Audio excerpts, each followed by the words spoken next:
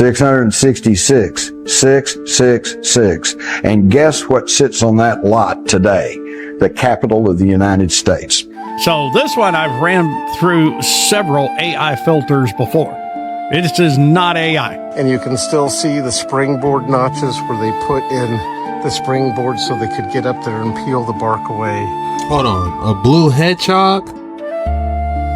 Am I the only one that sees the correlation here? What's good, everybody? Welcome back to the most mysterious videos and TikToks on the internet no one can explain. Hit that like and subscribe button as we dive through these videos and try to make sense of all this madness. Let's get straight into it. This first clip reads, a strange shield-like object appeared and rotates and flashes in different colors as a little blinking light appears on the lower left side.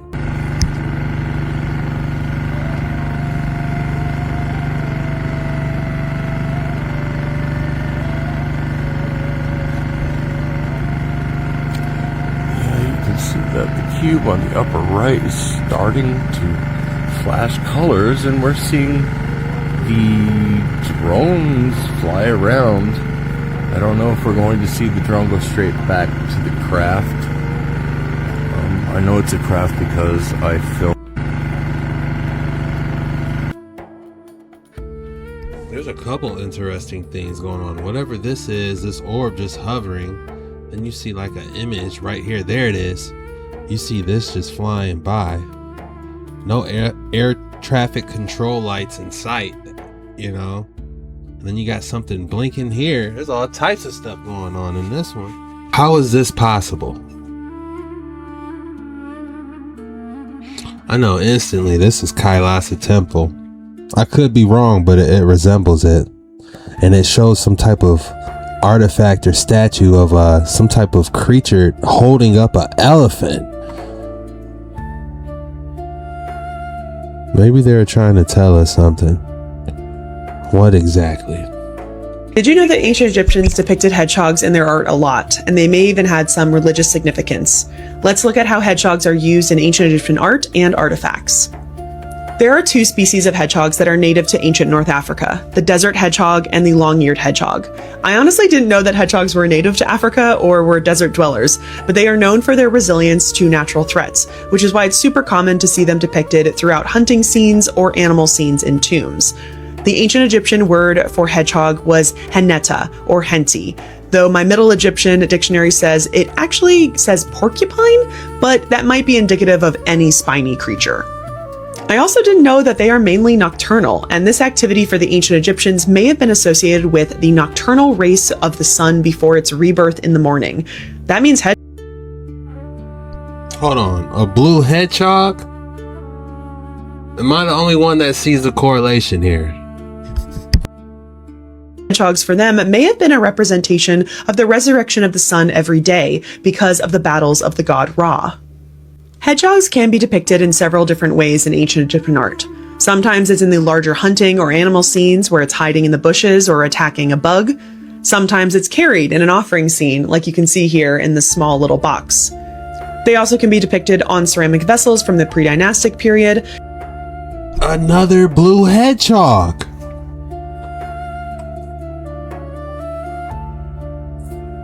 In small amulet forms, in larger figurines, or in this very strange spherical model of a hedgehog with its little feet and head at the bottom. Okay. This is crazy. Sonic, the game! You guys know the blue hedgehog Sonic? He forms into a little blue ball when he does his like little attack and when he's like charging up. What the heck is going on here? Hedgehog spines have also been found recorded in medical papyri as an ingredient. On the Ebers papyrus, it actually appears in two different recipes, one for the curing of baldness. But I think one of my favorite depictions of hedgehogs is essentially as the figurehead in the prow of boats. Both model boats and depictions of boats throughout the early dynastic and Old Kingdom have hedgehog heads depicted at the front of the boats. Interestingly, through comparison to later figureheads, let's say with a woman at the front of a boat, hedgehogs are actually facing towards the boat rather than away from it. An abundance of these models were actually found in the temple of Satet at Elephantine. One option as to why these hedgehogs were used as the figurehead of boats was because of their protective role in ancient Egyptian society. Because the hedgehog was known to curl up to protect itself and was immune to some types of stings and bites from other animals, it was seen as a deterrent for some of those animals and thus would help a boat confront similar dangers. Oh, okay, I didn't know that. So basically a hedgehog naturally curls up. Okay, so that would explain the ball analogy. But all these different blue hedgehogs everywhere? Who was the creator of Sonic and what exactly did they know? I'm just waiting for an image of Dr. Robotnik popping up somewhere now. Take a look at this tree. The longer you watch it, the more mysterious it gets. This is called the girdled tree. And James Percy, when he was young, and his father and a crew came in here, and I don't know why they picked this particular coastal redwood. I guess I'm just guesstimating it's maybe 13 foot in diameter. Anyways, back in the late 1800s, early 1900s, people thought it was just fake news from California about the giant sequoias and the coastal redwoods, about how big and how tall they were. And so James Percy and his family went up, I'd say that's 15, 20 feet high, and they girdled or peeled the bark away from 2/3, maybe 3/4 of this tree.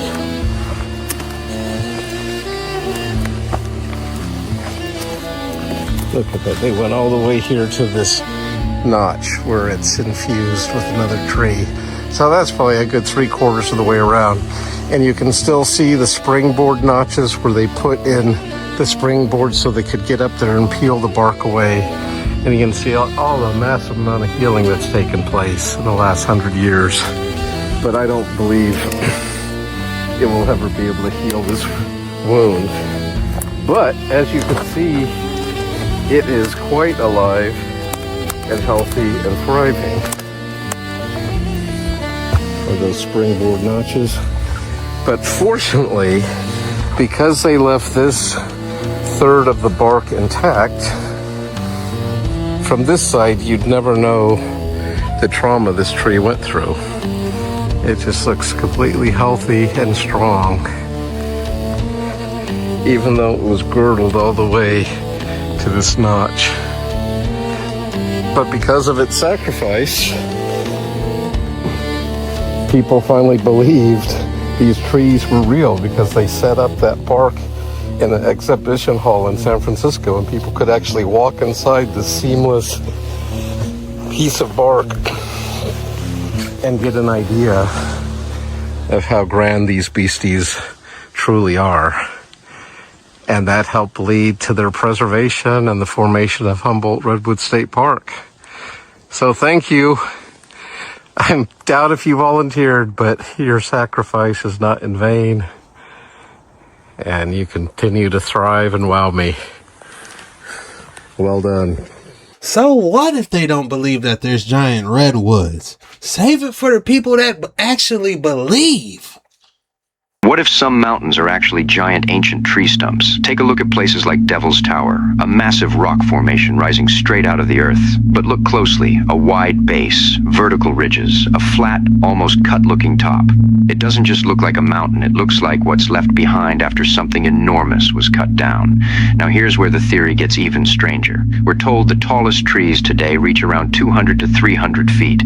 But what if that wasn't always the case? Some researchers believe the earth may have once been covered in trees far larger than anything we see today. Trees so massive they could stretch miles into the sky. And under the right conditions, wood can turn into stone, a process known as petrification. So what happens if something that big turns to stone and then gets cut down? But here's the part most people don't talk about. Trees don't just sit in the ground. They pull water up through their roots. Now imagine a tree miles tall with a root system just as massive. If something caused these trees to be cut down all at once, some believe it could have released an enormous amount of water back into the earth, enough to trigger a global flood event, a flood described in ancient texts across multiple civilizations. Mainstream geology says these formations were created by volcanic activity and erosion, but when you look at the shapes, the textures, and the scale, it raises a strange question. Are these really mountains, or the petrified remains of a world that once stood far taller than our own? That's one thing that would prove that Devil Tower could potentially be a giant petrified tree stump, is if they did a LiDAR scan of the actual root system.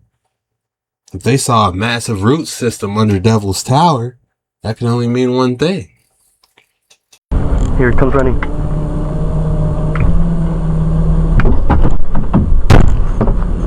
Watch out.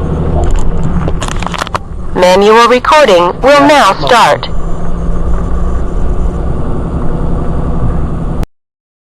Did y'all hear that thump? Did he try getting in there?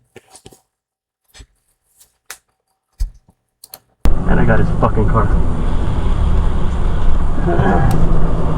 Fucking idiot. This is insane.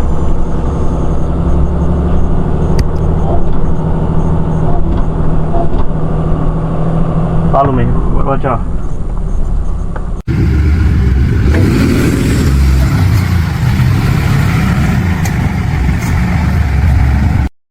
Look at the title in today's episode of Time's Up Garage Edition.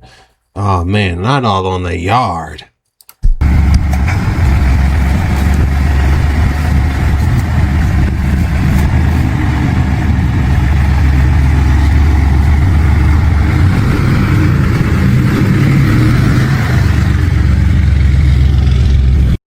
Dang, what was that, a Chevy?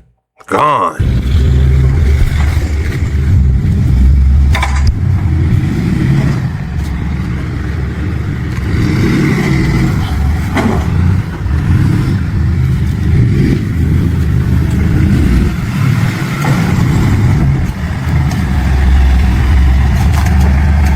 Oh man, this has gotta be I don't think they could do this.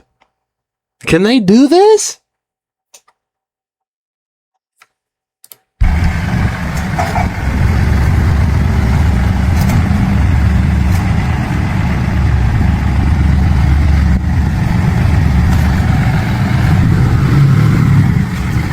Go, go, go.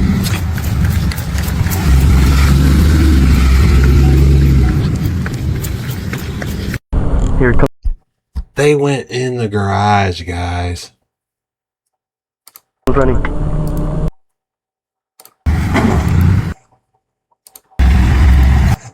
I didn't think they could do that. See, that's why I don't pay a car note. I just got me a old bang bang truck. The AC don't work, you know. I just roll down the windows, you know, and drive and have the wind cool me off, you know. It's got rust all around the back wheels. The hood had some work done by the previous owners, so it doesn't really match up. That's why I call it my bang bang truck. And that's my only vehicle. These days, true ninjas can prove their worth with a certificate.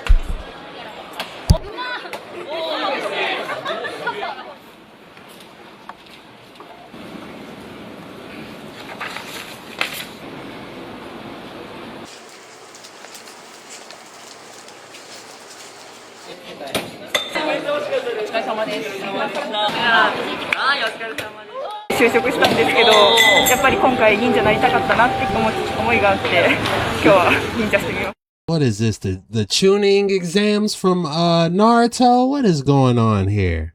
I could be saying it wrong. Choning. Shout out to all my Naruto fans.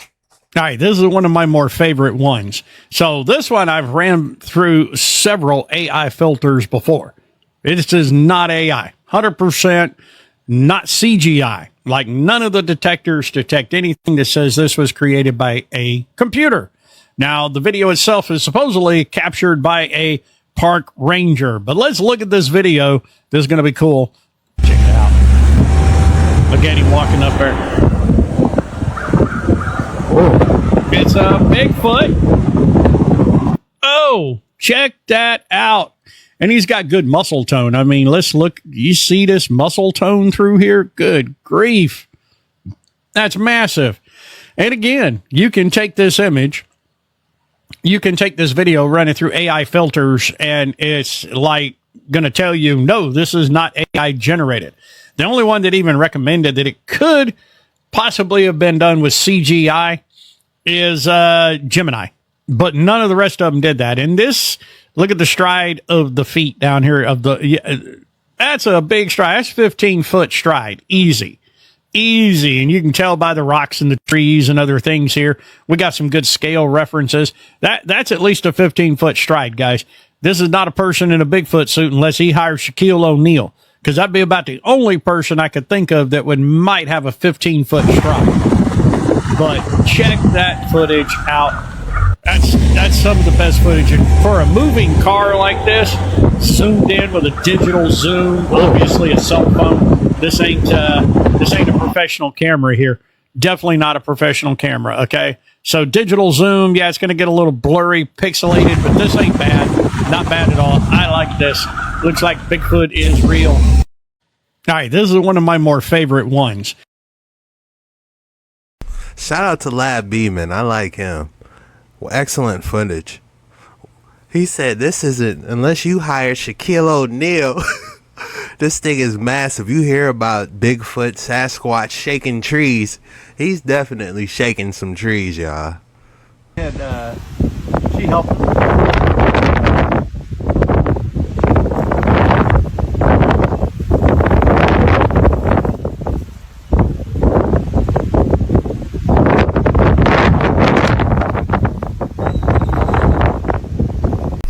How insane are these colors? It kind of reminds me of, like, you know, you go to a gas station and you see like those grease spots where the gasoline's been pumping. But, you know,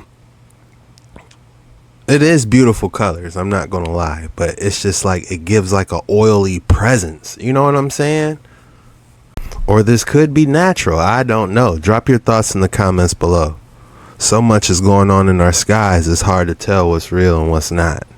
If you enjoy this type of content, please take this moment to hit that like and subscribe button. It helps the channel out, and I just want to say thank you for your support. Now let's dive straight back in. Alright, I gotta see this. UFO splits apart, then reassembles, seen in Delaware. This video you are looking at right here was recorded in Delaware. This strange UFO somehow breaks apart and comes back together. This is definitely some type of technology that we do not understand, and we have not reached yet. But this is definitely ET. Look how it flies off. Man, that's not no alien UFO. That's a Ark from Ark Raiders, man. I'll be fighting these things all day. If you're into gaming, check out my gaming channel. I'm going to be posting a lot more and going live over there. You already know how I get down.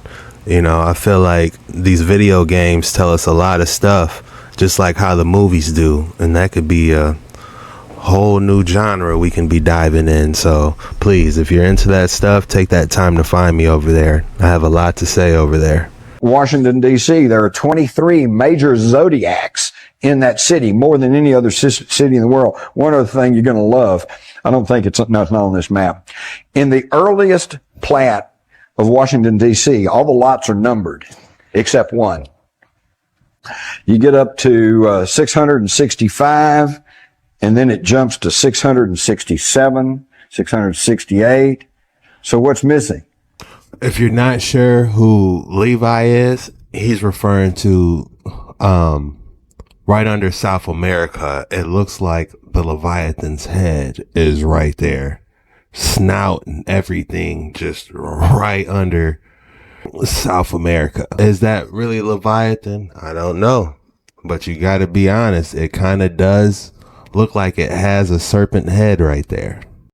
Does time travel really exist? And did they already know that this was coming? That is an interesting question. Does time travel exist? I'm going to say no. Because I believe time is literally the sun and the moon rotating above us. As long as they keep going in their solstice and their patterns, that is literally time. When it stops, that's when time stops. So I believe Yahuwah can stop time, and that was demonstrated once. Now this is an important one. Then spake Joshua to the Lord and say, in the day when the Lord delivered up the Amorites before the children of Israel, and he said in the sight of Israel's son, stand thou still upon Gibeon, and thou moon in the valley of Ajalon. And the sun stood still. The moon stayed until the people have avenged themselves upon their enemies. Is not this written in the book of Jashir? So the sun stood still in the midst of heaven and hasted not to go down about a whole day. And there was no day like that before it or after it. So if you ask me, is time travel possible? I would have to say no. But time can stand still, and it was only done once at the battle upon Gibeon. So as soon as that rotation started is when time started. But as soon as it stopped, that's when time stops. I thought that everything has a price. There is not a number that can get you back in that ring. 80 million, 100 million. Nah, because now you selling your soul. $100 million, you can have my soul. That's you. Now we know your character.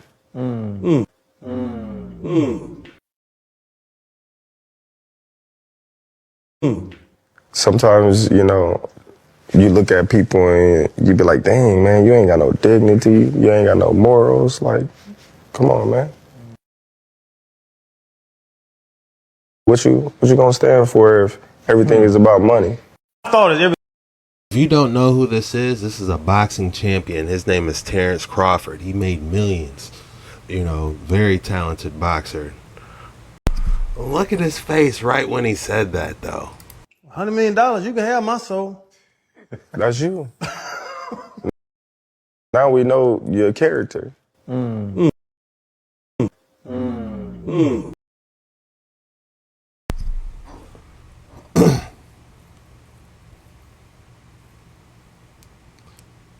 He just got spiritually slashed.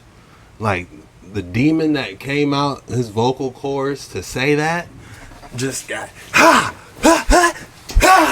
you know, he felt that. You know, he might have helped him out low key. You guys already know where I'm about to go.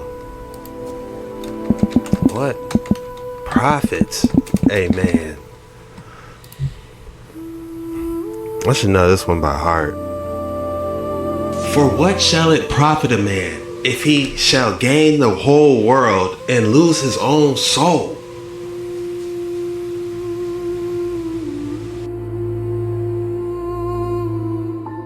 The video you just saw shows fans who seem to end up possessed in the middle of a concert, and according to the spectators who filmed it, no one even noticed. All of this happened a few months ago. From the start, no one understood why an inverted cross had been placed at the center of the stage. The rapper was even used. The video you I've always been a fan of boxing, UFC, martial arts as a kid, wrestling, WCW, Wolfpack. Ow! Goldberg used to come out.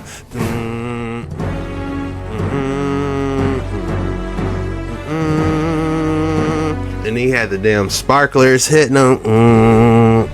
I used to stand up. When Goldberg walked out and that music got to playing, the crowd went crazy and he used to just stand in front of those sparklers. I used to close my eyes and stand in front of those sparklers at the same time he did it.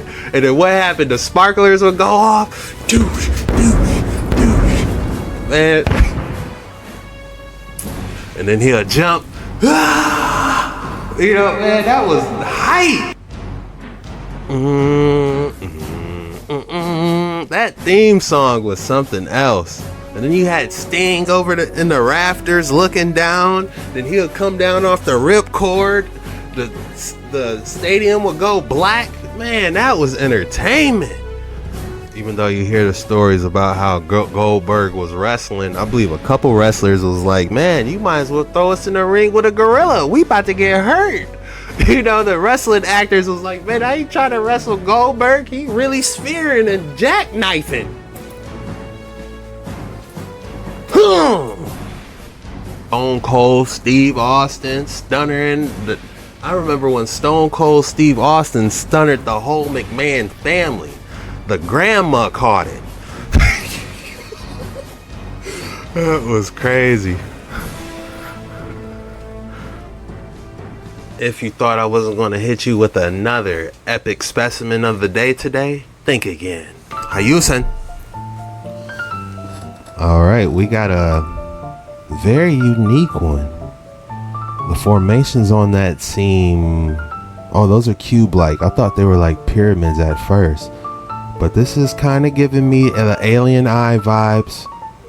The crystal on the back of this green is unique as well. A cloudy, milky type crystalline.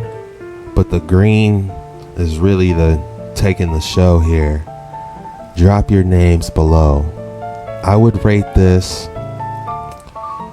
rareness, color, uniqueness, size. I would give this a 8.8. I believe is fair. I would give this a 8.8, and I would name this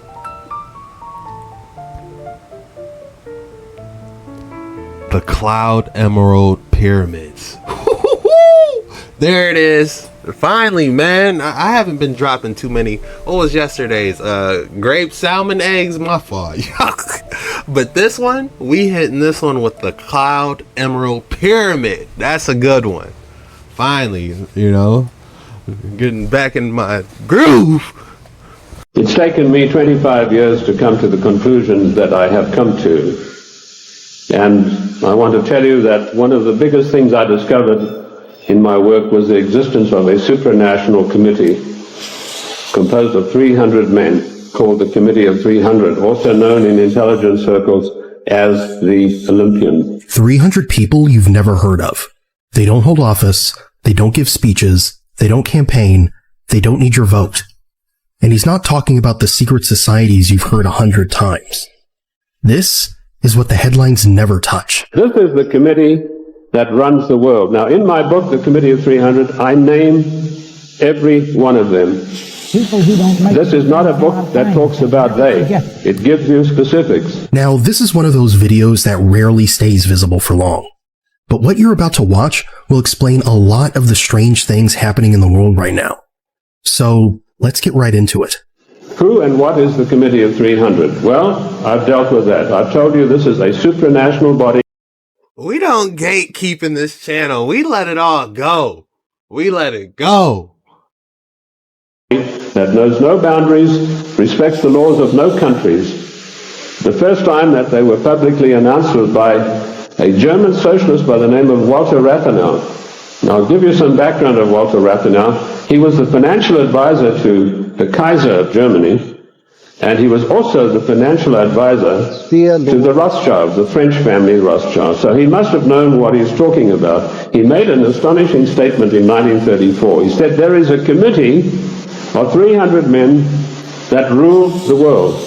They are known only to each other, and nothing happens without their consent. This isn't about symbols, or handshakes, or a club everyone already suspects. This is the top of the chain. At least that's his claim. The structure nobody sees. And as this man will explain, every organization has its place. They all fit into a hierarchy. But at the very top, 300 people. Pay attention to this part. I came across this quite by accident when I was serving in Africa in Angola, and I was given a series of documents which were only supposed to be handed in to top-level people. They were what we called above the top level of classification of intelligence documents, and there I discovered that whilst I thought I was in Africa fighting against the invasion of the communists, I was in fact fighting to introduce socialist regimes in the black African countries, and that I was actually working for a committee called the Committee of 300, also known in intelligence circles as the Olympian. This isn't someone guessing from the sidelines. He's describing a moment where the story didn't match the mission. He thought he was fighting one enemy. Then he claims he realized he was building something else entirely. And that raised a different kind of question. Not who's in charge, but how high the chain really goes. His name is Dr. John Coleman, and he frames this as a 25-year-old investigation shaped by intelligence-level access. Let's keep going. In 1986, I wrote a work called Mind Control, Metaphysics, Extremely Low Frequency Radiation, and Weather Modifications. He's letting it go. We spoke about slow-to-voice technology before. It's not new on this channel. And in that work, July the 8th, 1986, I said that the top-level intelligence organization in the United States was the National Reconnaissance Office, far bigger than the CIA and any of the other intelligence agencies. And by the way, we have about 10 different ones in the United States. I even had the audacity to give the address of this organization. 3 weeks ago, Mr. Sam Donaldson, the gentleman who wears that beautiful toupee so effectively, he came on with a program in prime time, and he said, this is one of the biggest scoops that ABC has ever had. And he told about the National Reconnaissance Organization. The exact same thing that I published 8 years earlier. I tell you this to set the stage so that you'll understand I do have some experience and that I know that of which I speak. So here's what he's doing. He's not just making a claim. He's planting a marker in time. 1986.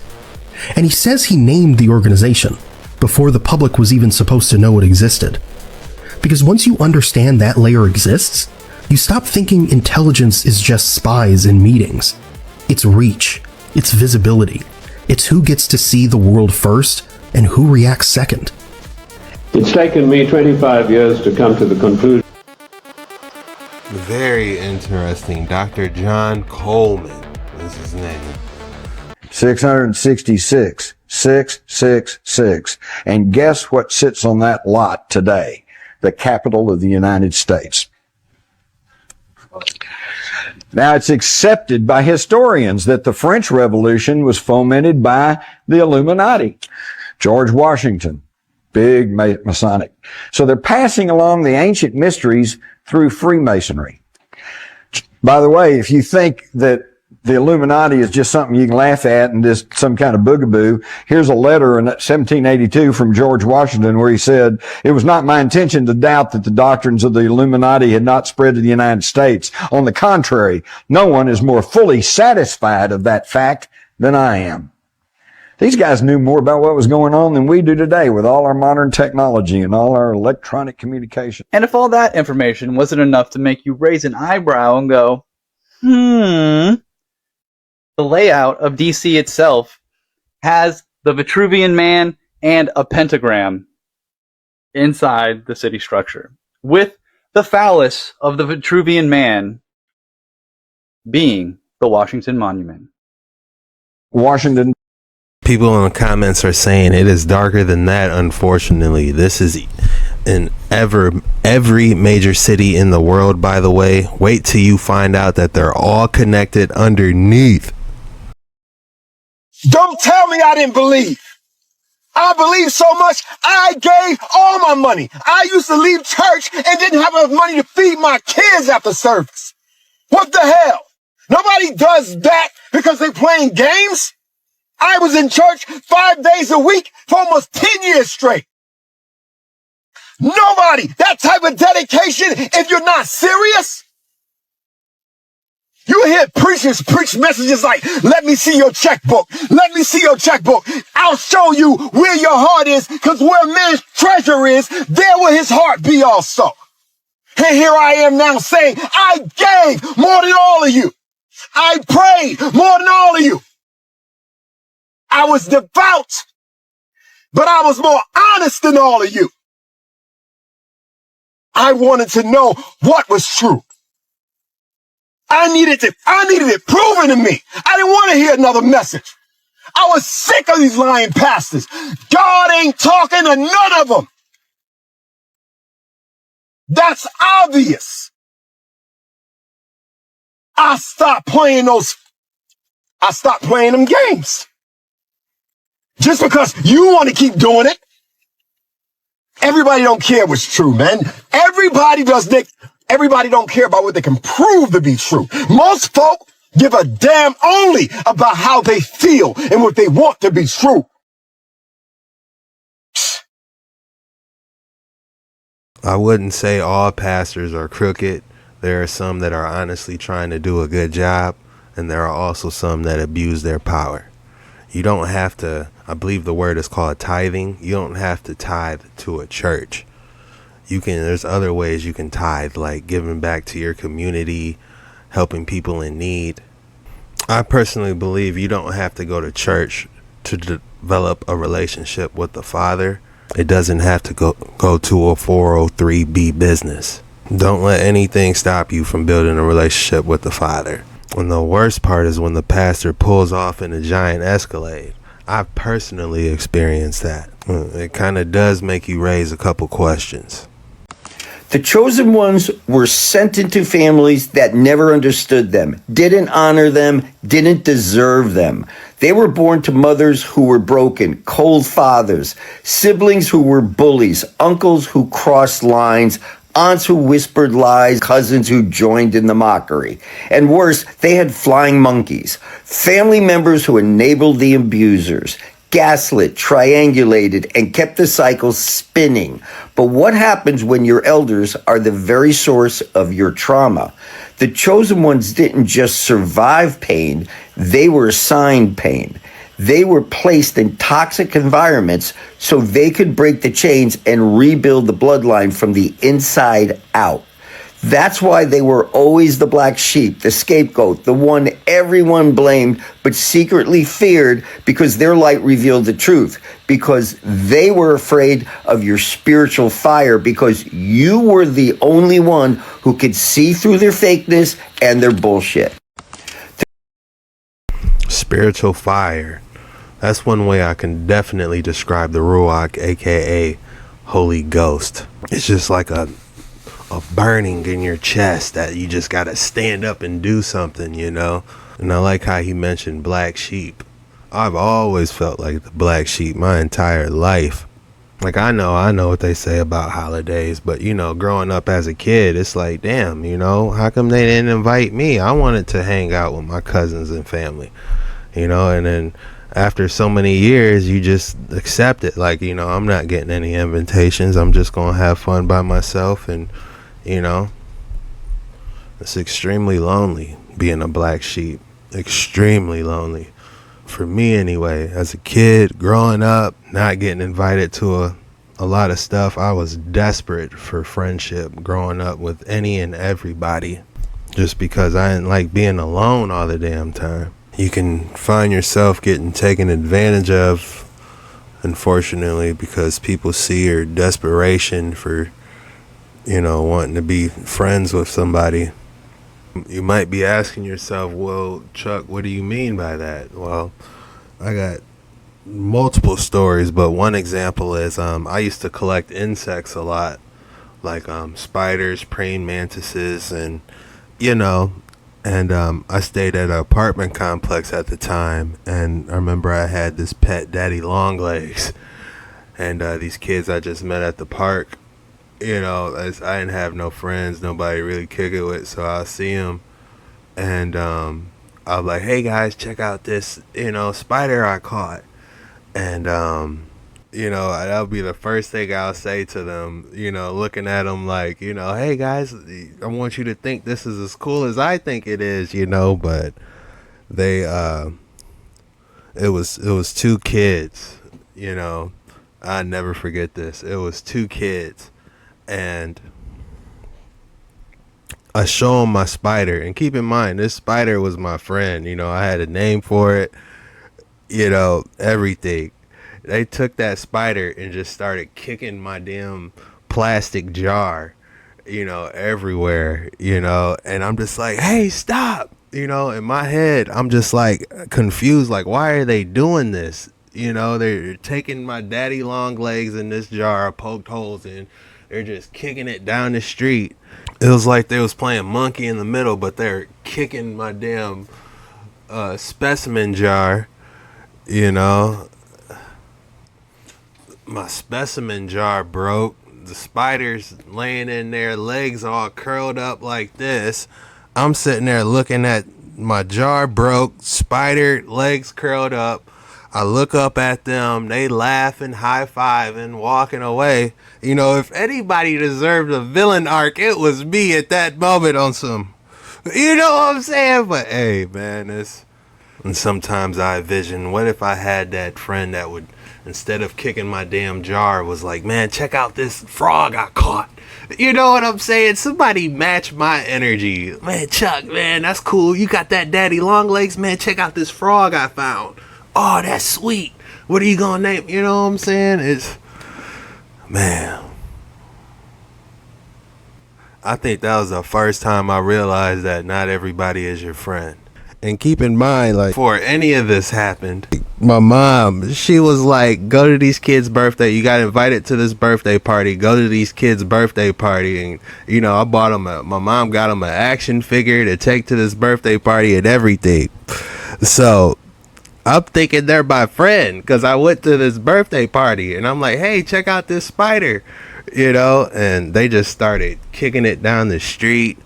And like, I just was devastated as a kid because I thought they were my friend, you know. And a lot of times, you know, it just, for me anyways, they weren't my friends. A lot of times I found out a lot of people weren't really my friends. I think that's why I get so excited on YouTube, because it's like, man, I finally got some friends and some people I can kick it with whenever. I ain't got to worry about you guys not picking up my phone calls. Y'all going to invite me. Y'all going to be here on these waters, you know. It really feels like family here. I'm not going to lie to you. The closest I've ever felt to having a family. You guys already know what time it is. If you thought I was going to hit you with another excellent specimen of the day, think again. Hayusen. You guys see it. Grape Agate. Agate. A-G-A-T-E, Grape Agate, with a starlight effect. This is actually a very beautiful specimen because of the color. I have one of these specimens myself.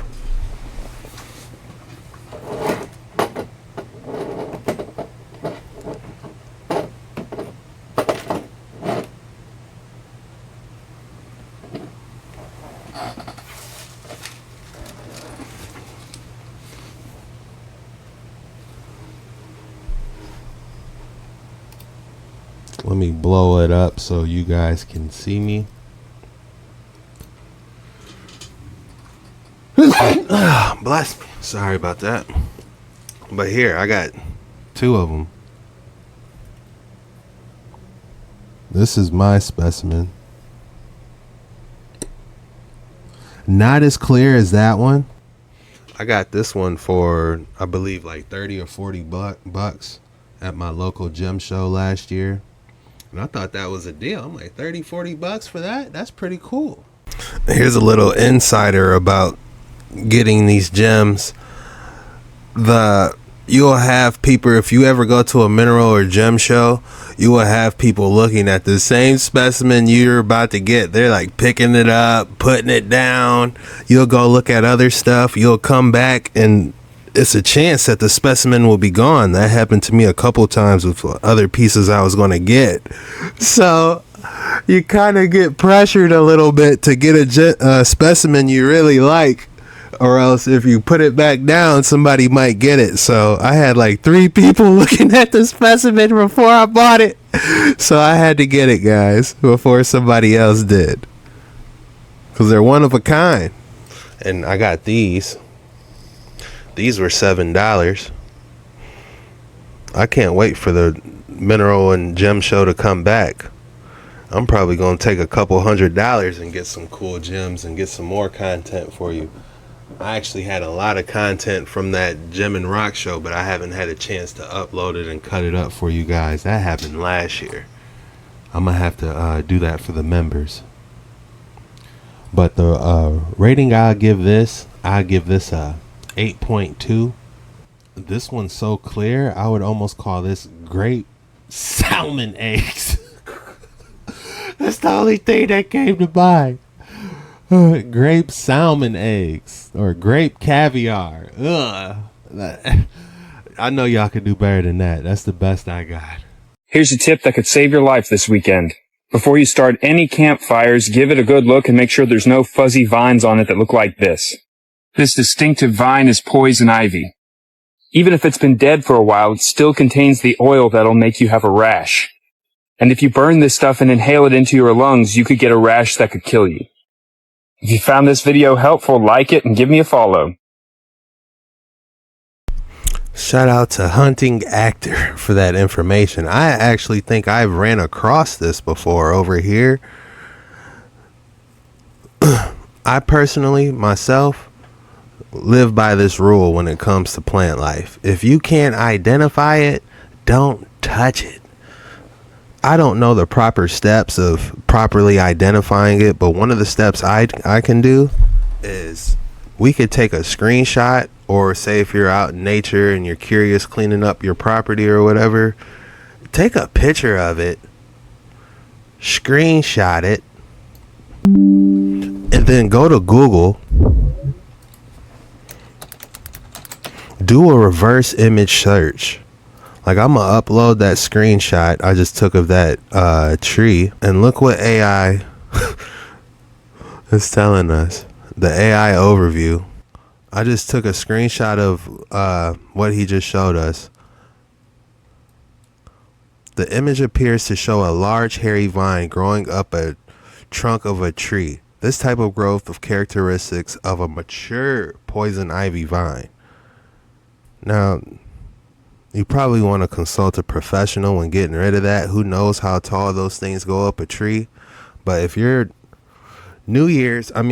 spring is right around the corner. So who knows what type of stuff you're going to be cleaning up. And if you come across this, definitely be careful and identify it. Make sure you got the right PPE, protective equipment, tools, if you do. Because me trying to be a woodsman, I'll see some stuff like that and be like, oh, that burns easy, but that would be a terrible mistake, burning something like that. So yeah, just something to keep in mind, guys. Drop your thoughts in the comments below. What proper tips do you have to give other people for identifying plants? It's just going to get weirder and weirder and weirder, and finally it's going to be so weird that people are going to have to talk about how weird it is. I look for the invention of artificial life, the cloning of human beings, possible contact with extraterrestrials, possible human immortality, appalling acts because the systems which are in place to keep the world sane are utterly inadequate to the forces that have been unleashed. The good news is that as primates, we're incredibly adaptable, going to be tested to the limits. What they see going on is the breakdown of all tradition, all order. They're quite right that it's happening, but they're quite wrong to conclude that it should be resisted or is somehow evil. The mushroom said to me once, it said, this is what it's like when a species prepares to depart for the stars. You don't depart for the stars under calm and orderly conditions. It's a fire in a madhouse. just going to get weirder and weirder and weirder. And he lost me when he was talking about us evolving from primates. And then he really lost me when he said the mushrooms told him. 1900s, the Grand Canyon was still the Wild West. Before it became a national park, before it was fenced off and sanitized for tourism, it was open ground, an untamed landscape of cliffs, caves, and uncharted territory. And in 1908, just as President Theodore Roosevelt prepared to lock it down forever, one last explorer slipped through the gates. His name was G.E. Kincaid. Officially, he was working a mineral survey. Unofficially, he was chasing legends. Kincaid took a small boat down the Colorado River. About 40 miles upriver from El Tovar Crystal Canyon, he saw something strange. Discoloration in the sediment, far above the waterline. He tied off his boat, climbed the canyon wall, and found steps. Not natural erosion, not a game trail. These were carved, ancient, and winding up into the stone like a forgotten staircase to somewhere no one was meant to find again. At the top, hidden beneath desert brush, was the mouth of a cavern.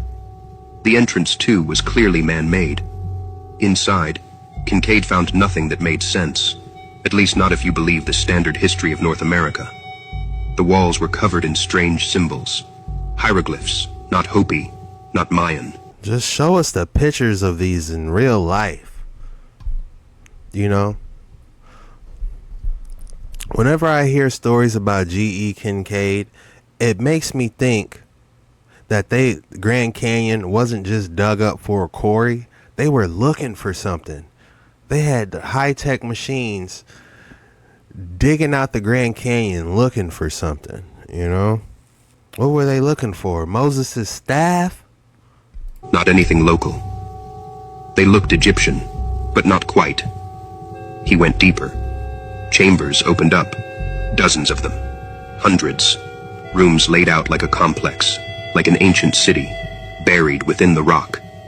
There were mummies, statues, tools and weapons forged from copper and other metals, some still unknown today. He found a crypt filled with perfectly arranged skeletal remains, each resting on carved shelves, accompanied by urns and broken swords. All the mummies were male. Elsewhere, there were storage rooms, granaries still holding seeds, pottery lined neatly on stone shelves. Has anyone actually tried going to the Smithsonian and asking about this Grand Canyon artifacts? Like, hey, you know, everyone online saying that you guys got a whole bunch of hidden artifacts. Do you think you could show us a couple? There were signs of metallurgy, slag and mat from a smelting operation, workbenches still littered with charcoal. These people had mastered the art of copper hardening. They weren't primitives, they were engineers. And then there was the statue, a massive figure carved from black stone, seated cross-legged in the lotus position, a flower in each hand. Not Egyptian, not Native American. Something else, something foreign, something sacred. Kincaid estimated the complex could have housed 50,000 people.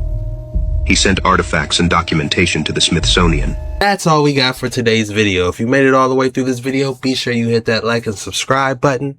Huge shout out to everyone that made it to my gaming channel. I dropped a new Arc Raiders video.